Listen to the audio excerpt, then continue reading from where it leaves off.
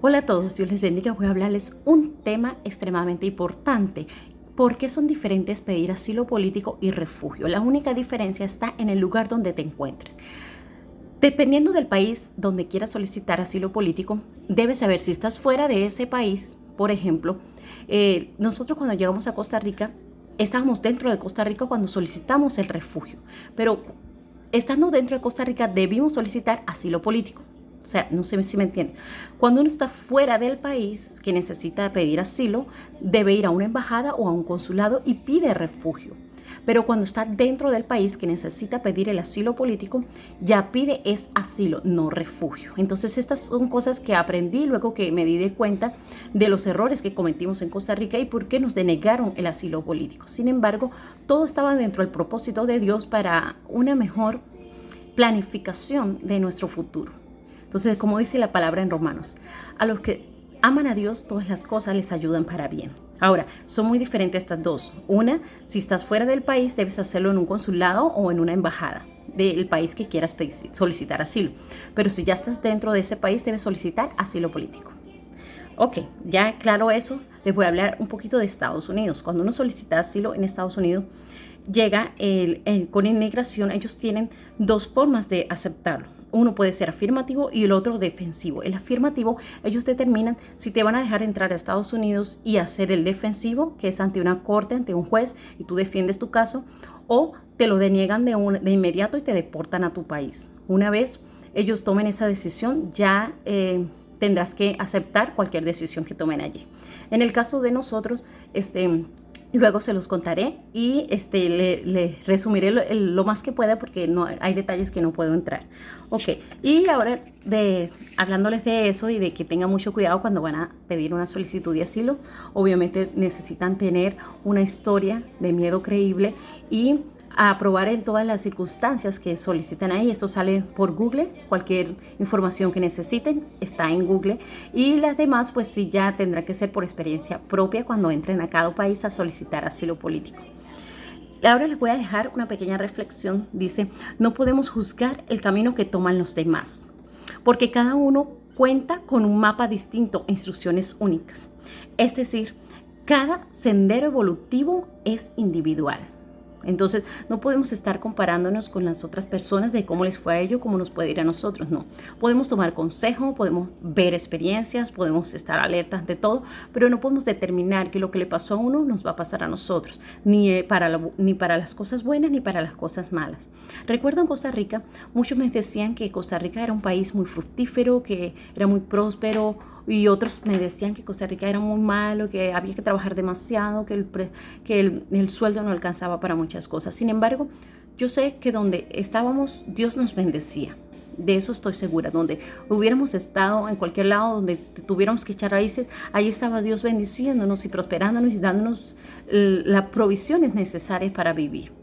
Ahora, en el propósito de Dios estaba que saliéramos de Costa Rica y para ello tuvo que haber un momento difícil para presionarnos a salir. Recuerden que ya veníamos migrando desde Venezuela, Colombia, Panamá. Entonces, tomar una decisión extrema de volver a salir de Costa Rica tuvo que ser realmente por la voluntad de Dios. Recuerdo que cuando yo empecé el embarazo de Salomón, valga la redundancia, yo tuve mucho temor porque sabía que las complicaciones al final del parto en Costa Rica eran muy difíciles. Realmente tenía mucho miedo de dar a luz o de que se complicara y no me operaran. Bueno, fue extremadamente complicado. Yo empecé a orar con mi esposo y le pedimos dirección a Dios de que necesitábamos que me operaran, que me hicieran la cesárea porque no quería tener más bebés y porque es muy complicado en Costa Rica tener un bebé. Sin embargo, queríamos echar raíces en Costa Rica y tener el bebé allí. Recuerdo para esa vez sentí que volvió a visitarme el ángel del Señor. Volvió a visitarme y me volvió a decir lo mismo que cuando Natalia. Me dijo que el bebé no nacería en Costa Rica. Cuando el ángel me visitó y me dijo estas palabras, de una vez, de inmediato yo caí de rodillas al piso y empecé a orar, Señor, dime para dónde debo ir. No quiero regresar de donde ya salí. No quiero sentirme como que las personas me vean como que fue un fracaso lo que yo he logrado aquí. No quiero tener que renunciar a todo lo que ya tengo por retroceder. Entonces el Señor me dijo que no tuviera temor, Entonces empecé yo a investigar. Recuerdo que le escribí a muchas compañeras, muchas amigas que están en España. Pretendía llegar a España. Yo dije, bueno, el Señor me abrirá puertas. No sé para dónde Dios me quiere llevar, porque en tal no sabía para dónde. Sin embargo, averigüé por España, averigüé por Chile, por Ecuador, averigüé por otros países. Y finalmente encontré un contacto en México. Ni siquiera era un conocido, ni siquiera sabía quién era, pero en uno de los grupos de WhatsApp que a veces me incluyo para oraciones, para apoyar a misioneros, encontré un contacto que decía México. Yo decía, voy a hablar con este hermano, debe ser hermano porque está entre los hermanos de misioneros. Entonces escribí al contacto y realmente pues sentí que era de parte del Señor. Yo recuerdo que yo le comenté a mi esposo y le dije estas palabras, le dije, amor, me voy para México. Mi esposo se sonrió, dijo, bueno, dejémoselo a Dios, dejémoselo a Dios. Recuerdo que estamos en una situación bastante difícil, no hallábamos qué hacer. Y mi esposo dijo, pues vamos a orar, y si es de Dios, pues vamos a averiguarlo el pasaporte de Natalia, que ya estaba grandecita, y Dios abrirá puertas para mudarnos.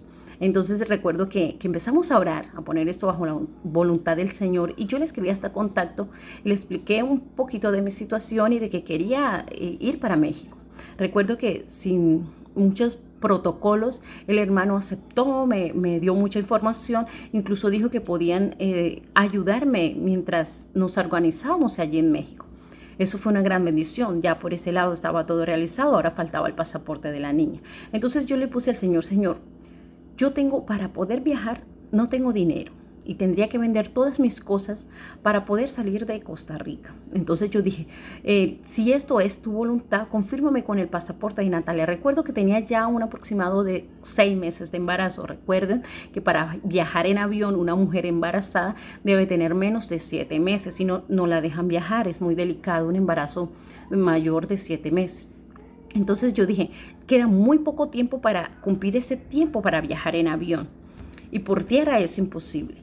Entonces ese era el vellón a Dios, que el pasaporte de la niña estuviera listo para el tiempo que tenía que viajar, que no se pasara y que no fuera complicado y que todas las cosas se vendieran también para ese tiempo. O sea, era algo extremadamente corto el tiempo, un aproximado de un mes más o menos. Entonces sí, cuando fuimos a hablar sobre el pasaporte de la niña, pusieron unas complicaciones porque mi nombre no lo habían escrito bien en la partida de nacimiento de la niña. Tuvimos que hacer varias diligencias en un solo día, al tiempo completo, porque cerraban temprano el lugar de hacer los pasaportes. Y recuerdo esa vez que hasta se fue el agua, y cuando se fue el agua cerraron ese lugar donde hacen los pasaportes, la notaría.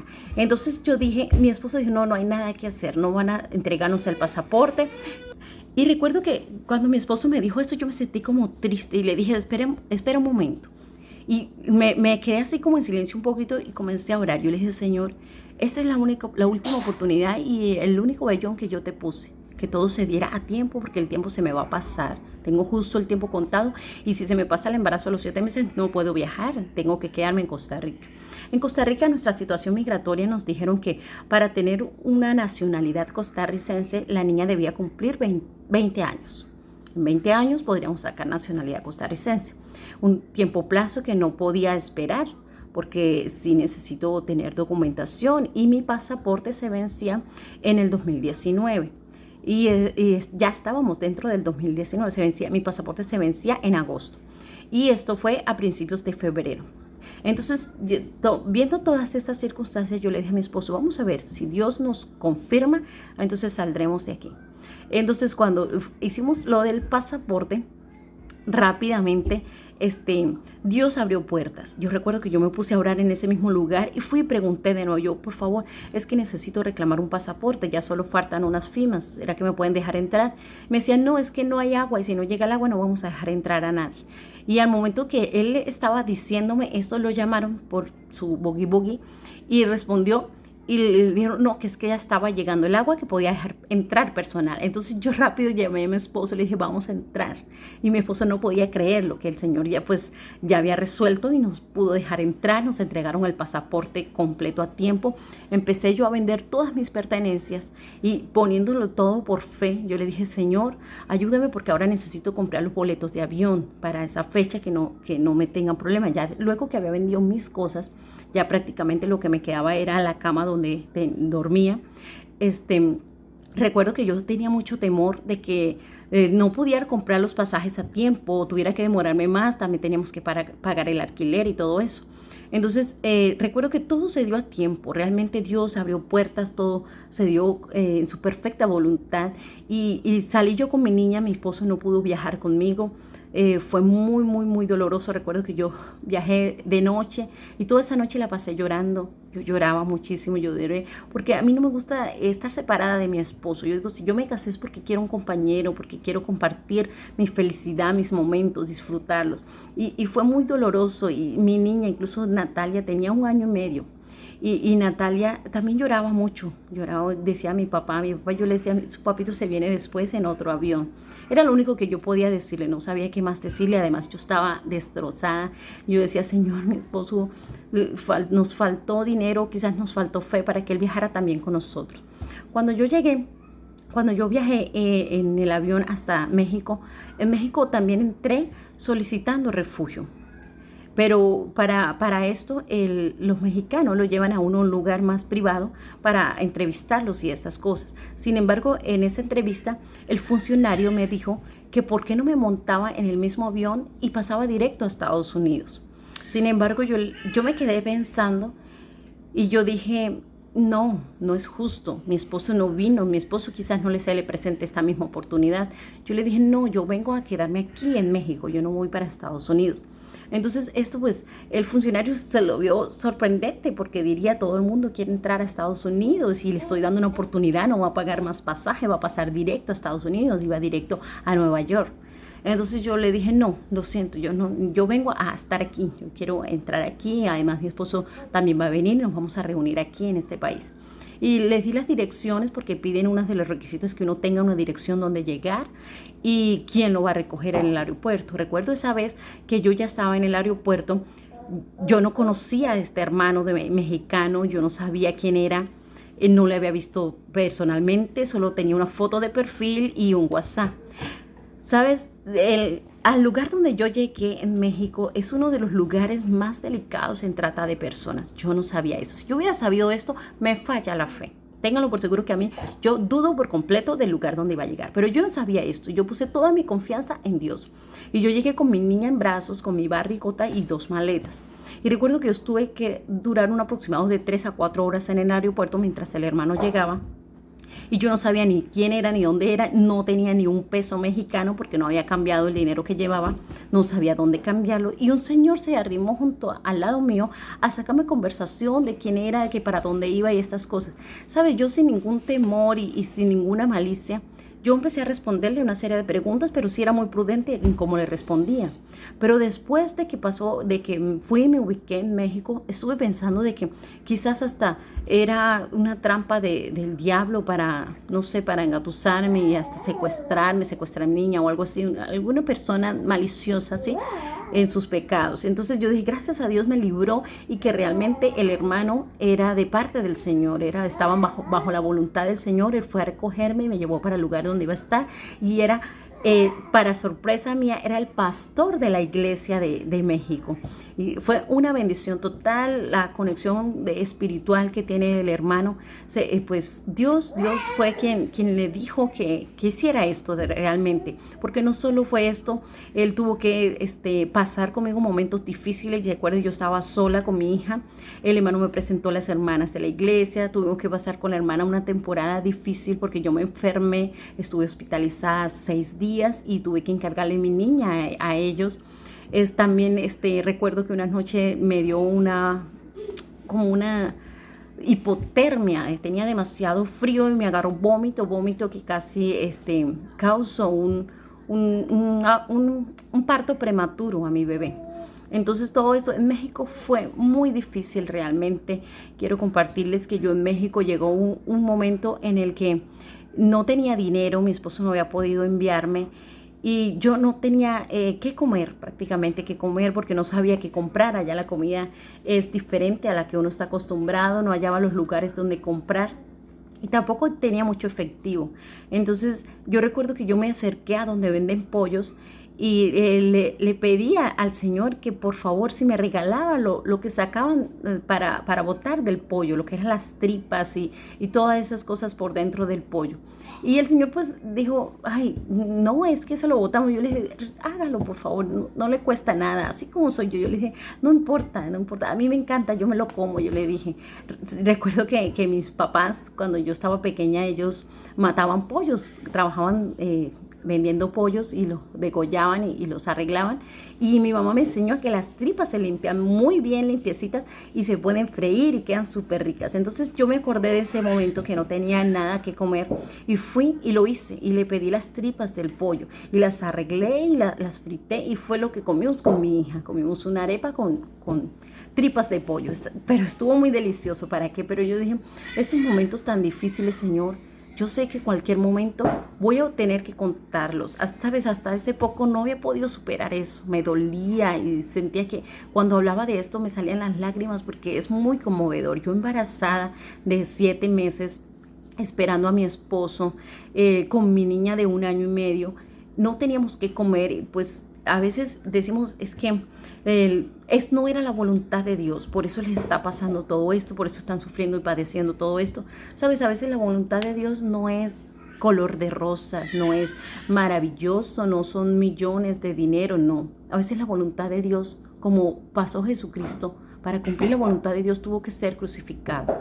Entonces a veces para cumplir la voluntad de Dios tenemos que esforzarnos, ser valientes, ser prudentes, dejarnos cambiar todo ese egoísmo, toda esa altivez, toda esa arrogancia, todo ese orgullo que hay de nosotros, para poder dejar que Dios florezca y que nuestro ser, nuestro espíritu con Dios dé frutos para bien, y que seamos aprobados por Dios, y que esa gracia que hallamos delante de Dios siga floreciendo, siga allí permanente, porque a veces podemos hallar gracia ante los ojos de Dios, pero si nosotros mismos decidimos apartarla, ten por seguro que ya la gracia de Dios se apartará.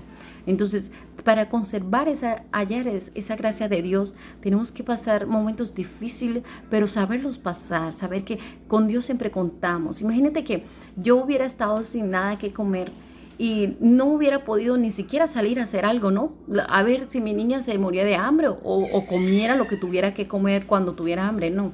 Yo resolví en el momento y luego recuerdo que mi esposo pudo enviarme, y ya cuando mi esposo se reunió con nosotros fue maravilloso. Realmente el pastor, cuando lo llevó al lugar, la niña, yo me puse a llorar muchísimo. Mi niña casi como que no podía creer que el papá estaba. Fue una temporada de 1 mes exacto que él no pudo viajar con nosotros y fue muy difícil, realmente fue muy difícil estar sola, embarazada. Y estar esperándolo a él era como que pasara el tiempo demasiado lento, como que nunca iba a llegar.